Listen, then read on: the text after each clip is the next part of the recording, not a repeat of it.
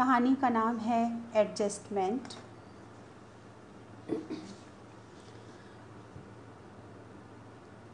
जैसे बारिश के बाद आसमान साफ हो जाता है, ठीक उसी तरह रश्मि के दिमाग में भी सारी बातें साफ हो चुकी हैं।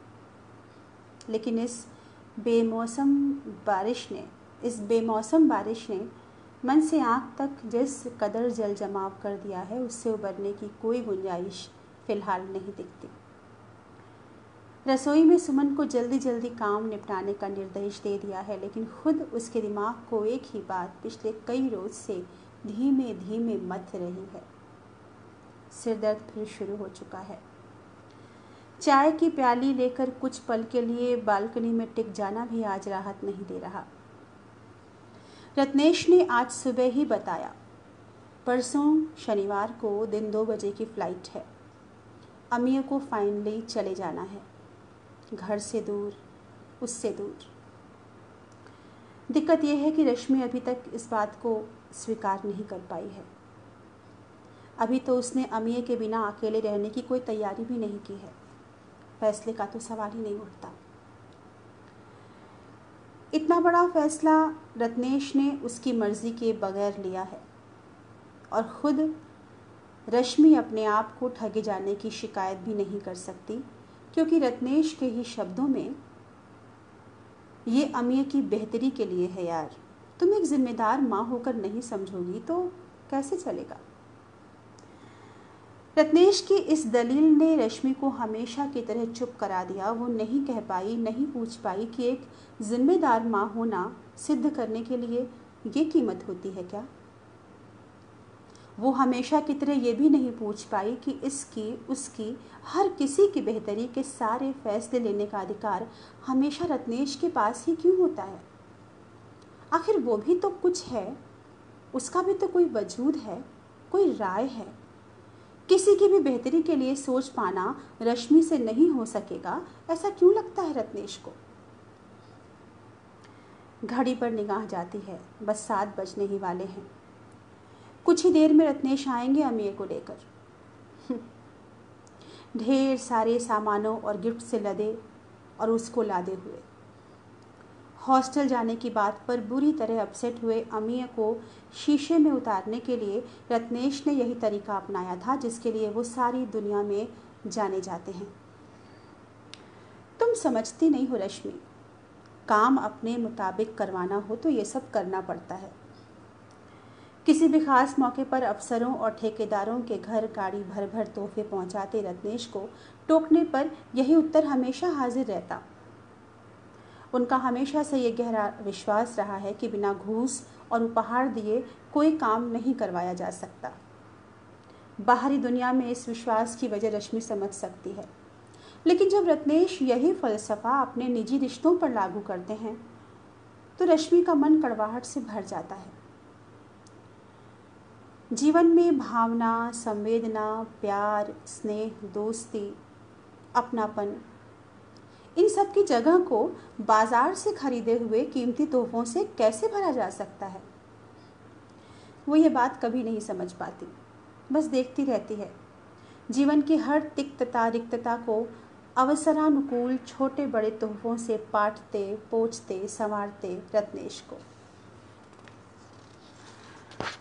शादी के बाद पहली, दूसरी, तीसरी साल गिरहें बीती।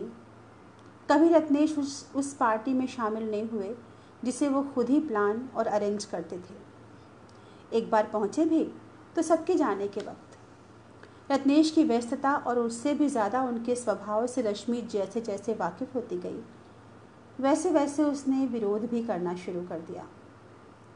क्या ज़रूरत है इन सब चीज़ों की।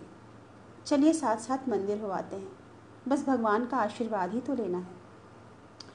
कैसी बात करती हो यार, आफ्टर ऑल मेरे फ्रेंड्स, कलीग्स और ऑफिस वालों को भी पार्टी देनी है ना, हम नहीं जाते उनके हर फंक्शन में।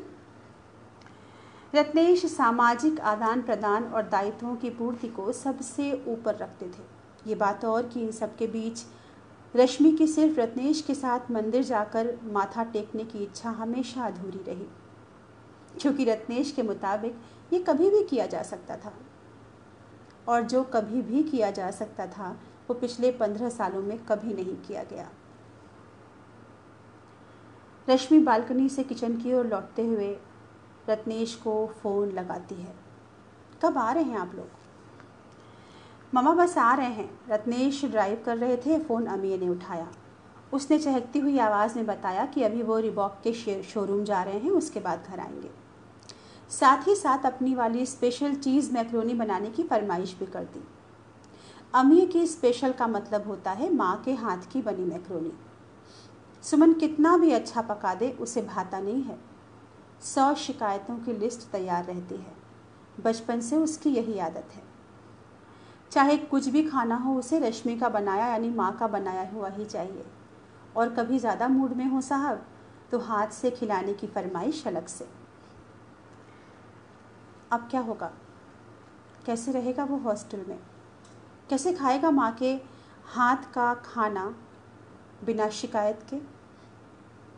माँ के हाथ के खाने को कहाँ कहाँ ढूंढेगा? रश्मि के पेट में मरोड़ सी उठने लगी। रत्नेश से कहा तो उनका जवाब था, रश्मि ये कुछ ज़्यादा नहीं हो गया? कम ऑन यार, कोई ममाज बॉय थोड़ी बनाना है उसे। बच्चे हॉस्टल जाते ही इसलिए हैं कि अकेले मैनेज करना सीख पाएं। धीरे धीरे वो भी सीख लेगा। मैंने भी सीखा था ना। क्लास 9th में हॉस्टल गया था। 1 साल होम सिकनेस रही, फिर सब ठीक हो गया। एक स्ट्रॉन्ग और सेल्फ इंडिपेंडेंट जेंटलमैन बनकर निकला। लेकिन अभी क्लास 5 में है, बहुत छोटा है। मेरे बगैर रहने की आदत नहीं है उसे, और मुझे भी उसके बगैर रहने की आदत नहीं है रत्नेश। रश्मि ने आखिरी बात बहुत धीमे से कही थी, शायद मन में। रत्नेश सुन नहीं सके थे। सुनकर भी क्या फर्क पड़ना था। हॉस्टल के लिए निकलने का मतलब होता है बच्चे का अपना नीड़, अपना घोंसला छोड़कर उड़ जाना। फिर बच्चे वापस नहीं लौटते। उसे कुछ दिन और हमारे साथ रहना चाहिए। अमीर को अभी कुछ और साल घर के प्यार दुलार की, हमारी केयर की ज़रूरत है। क्लास 9th में भेजेंगे ना उसे भी, तब तक कुछ और समझदार, कुछ और बड़ा हो जाएगा। इतनी जल्दी क्या है? जल्दी है। जितनी जल्दी लाइफ के साथ कदम मिलाना सीखे उतना अच्छा। आगे का टाइम हार्ड कंपटीशन का है। मैं नहीं चाहता कि वो बाकियों से पीछे रह जाए। अभी उसे इंडिया के one of the best hostel में एडमिशन मिल रहा है।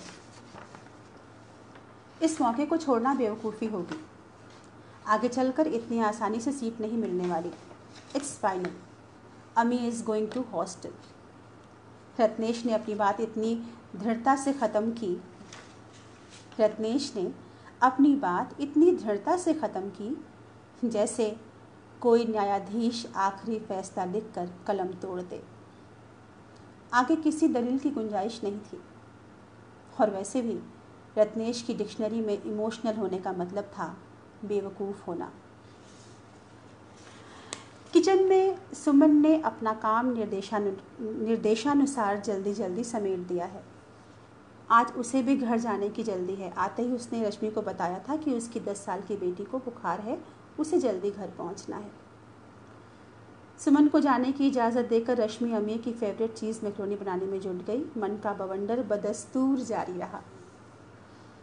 ऐसा भी नहीं कहा जा सकता कि रत्नेश घर परिवार या रश्मि की फिक्र नहीं करते। कोई फरमाइश, कोई भी ज़रूरत, कैसी भी मांग उसे कभी दोहरानी नहीं पड़ी। बल्कि अक्सर लगा जैसे घर की चीज़ों की ज़रूरत के मामले में रत्नेश को पूर्वाभास हो जाता है।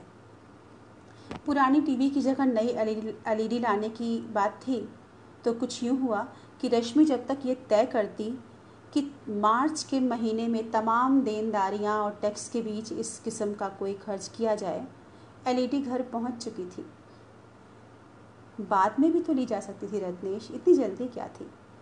रश्मि की इस बात पर रत्नेश ने कहा, बाद में क्यों? तुम भी तो चाहती थी ना कि टीवी आ जाए, सो बदल दी। रश्मि चुप हो गई। ये तो सच था कि 8 सालों में कभी भी रश्मि को ये नहीं लगा कि वो घर के लिए कुछ मांगने में या घर के सामान के लिए कुछ कहने में रत्नेश से उसको कुछ कमी महसूस हुई हो। रत्नेश ने सब कुछ पूरा किया था जो एक अच्छी गृहस्थी में चाहिए। 8 साल कब 10 साल और 15 साल में तब्दील हुए पता ही नहीं चला। घर बड़ा होता गया, भरता गया। लेकिन हर भौतिक ज़रूरत पर सब कुछ बिना कहे समझ लेने वाले रत्नेश इतने सालों के साथ के बावजूद जब रश्मि की मानसिक और आत्मिक ज़रूरतों को नहीं समझ पाते तो वो न चाहते हुए भी गहरे तक आहत हो जाती है। आखिर सब कुछ कितनी बार और कितनी तरह से समझाया जा सकता है।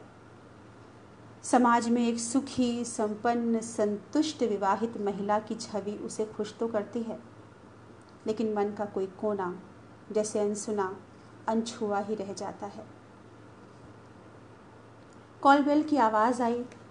दोनों लौट आए थे। दरवाज़ा खुलते ही अमियत अपने दोनों हाथों में ढेर सारे पैकेट संभालता हुआ तेज़ी से अंदर घुसा और दौड़ के सोफे पर चढ़ गया। मामा ये देखो, आज पापा ने मेरी पूरी लिस्ट की शॉपिंग करवा दी। आई लव यू पापा। ये जुमला रत्नेश के लिए था। Love you too champion.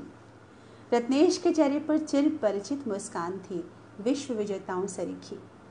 उन्होंने गर्वीली आंखों से रश्मि को देखा, मानो कह रहे हूँ, देखा, एवरीथिंग इज ओके नाउ। रश्मि ने गहरी सांस लेकर बेटे को देखा तो मन ऐंठने लगा।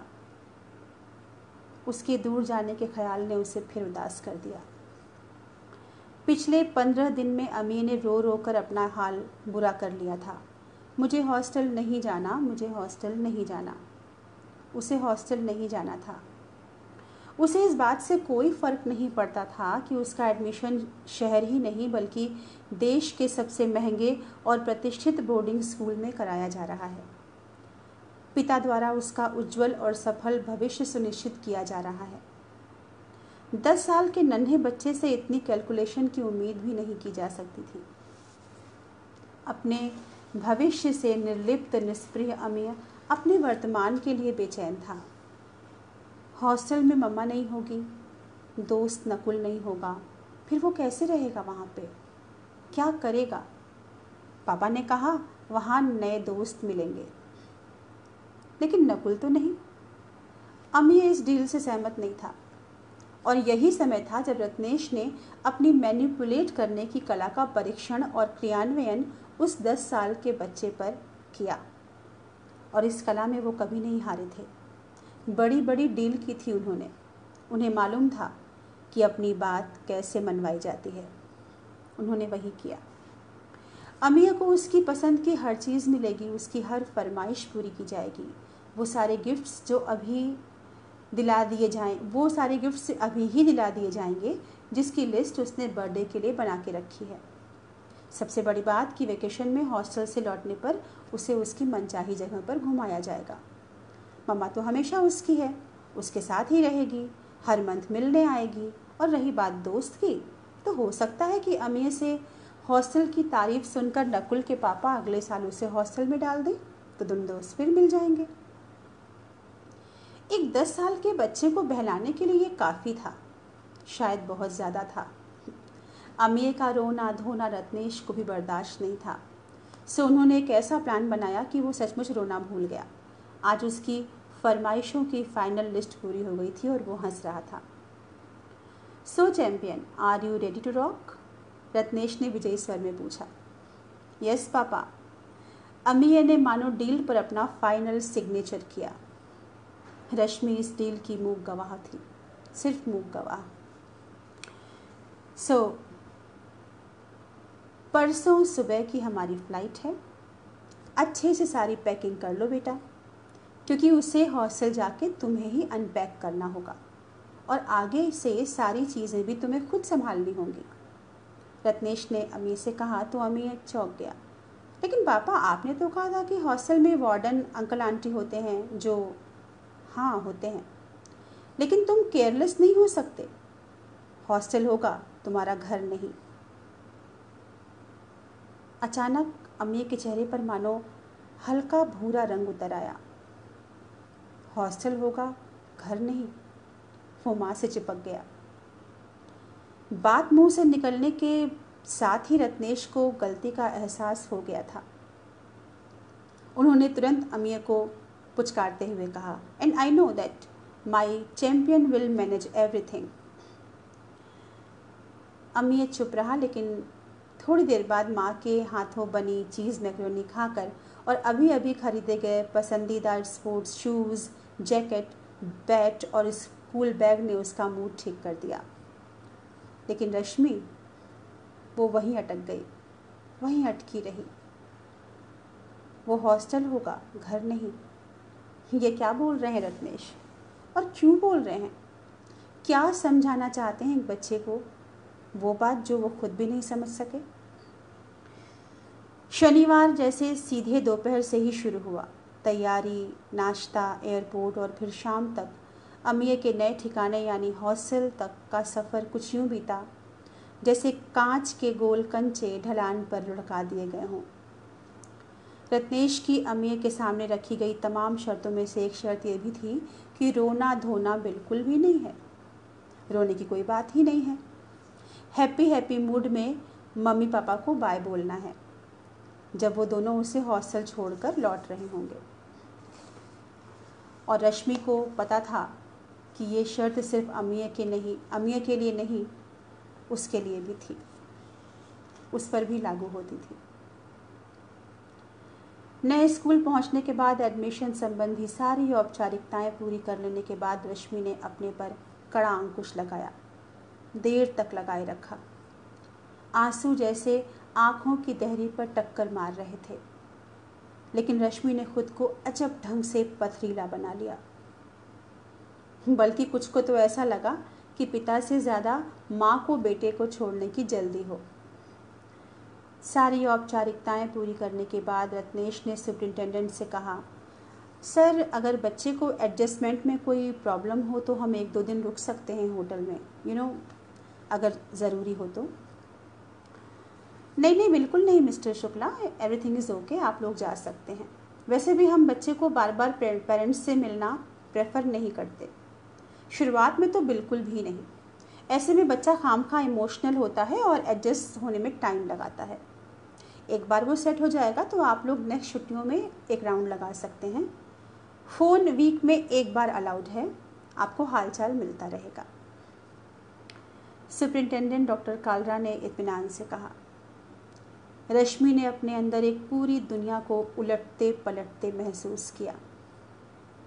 जिस बच्चे की सूरत देखे आज तक सुबह शाम नहीं होती थी, अब उससे मिलने के लिए परमिशन लेनी होगी।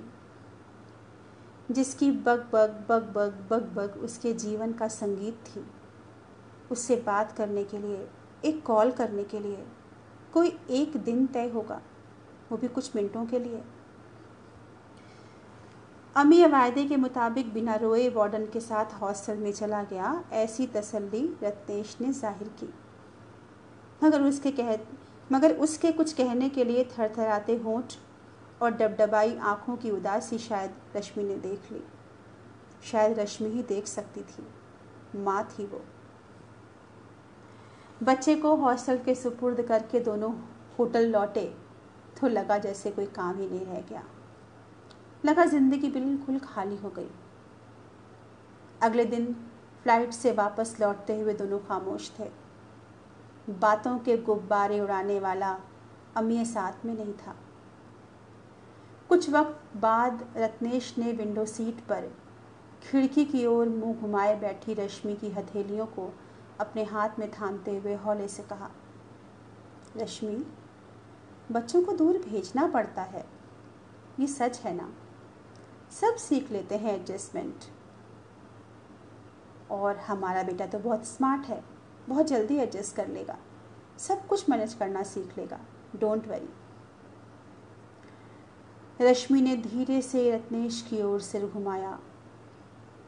जानती हूँ वो सीख जाएगा एडजस्टमेंट करना, मैनेज कर लेगा सब कुछ, आपके बिना रहना भी, मेरे बिना जीना भी। लेकिन मुझे देर लगेगी एडजस्टमेंट करने में। रत्नेश के हाथों में रश्मि की हथेलियां भीग गईं। रश्मि ने फिर अपना मुंह खिड़की की ओर घुमा लिया। हवाई जहाज़ की खिड़की से बाहर नीला आसमान दिख रहा था। ज़िंदगी ने उसे अपनी भावनाओं के साथ एडजस्टमेंट करना सिखा दिया था। ये शायद पहला सबक था एडजस्टमेंट का। ये कहानी थी एडजस्टमेंट।